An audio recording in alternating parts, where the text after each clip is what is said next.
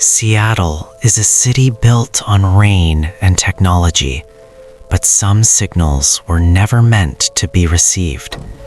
My name is Elias, and my nightmare didn't start with a shadow in the corner, but with a buzz on my nightstand. It was 11:42 p.m. when my phone lit up, displaying a caller ID that shouldn't have been possible. My own name and my own number. I stared at the screen, my heart doing a slow, heavy thud against my ribs. VoIP spoofing, I whispered to the empty room, trying to ground myself in the logic of a software developer. It's a common telemarketer trick, using a local or familiar number to bait you into answering.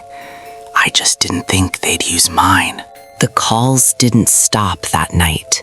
They became a precision clockwork, arriving every evening at the exact same minute.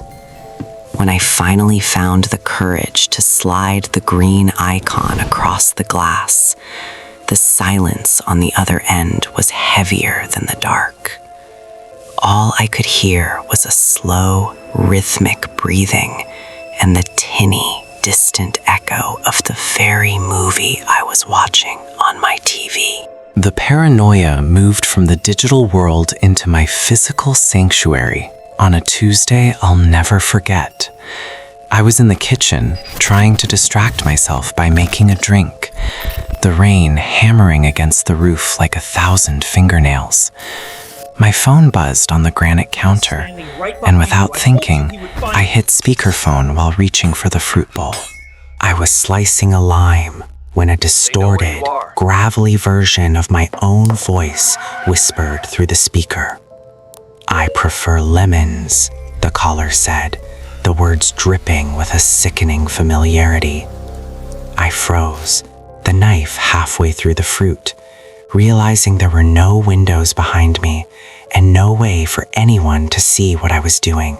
The realization hit me like a physical blow.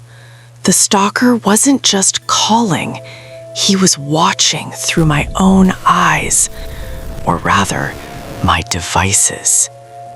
I looked at my smart fridge, my laptop, and the security camera I'd installed for protection, now feeling like 100 glass eyes.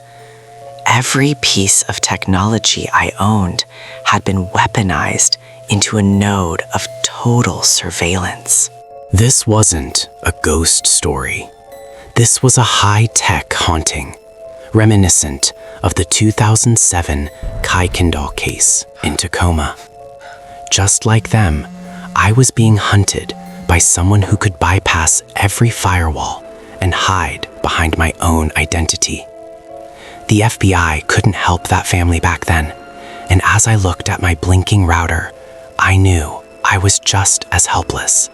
The stalker was likely using an MC catcher, a device known as a stingray that mimics a cell tower to intercept all local mobile traffic. He didn't need to be in my house. He just needed to be close enough to become my network. He was in the shadows of the street, in a van, or perhaps just a few walls away, listening to my every breath. I tried to fight back by cutting the power, but the calls just transitioned to my tablet, then my backup phone.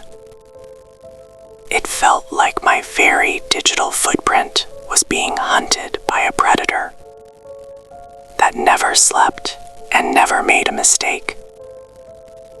I spent 3 days in a fever dream of silence, waiting for the 2 a.m. call that I knew was coming. At exactly 2 a.m., the phone, which I had factory reset and stripped of its SIM card, vibrated with a physical force that seemed impossible. "Check the basement door," the voice whispered, no longer a glitch, but a command. "It's going to open in 10 seconds, it predicted. And I heard there the electronic click of my smart lock sliding open.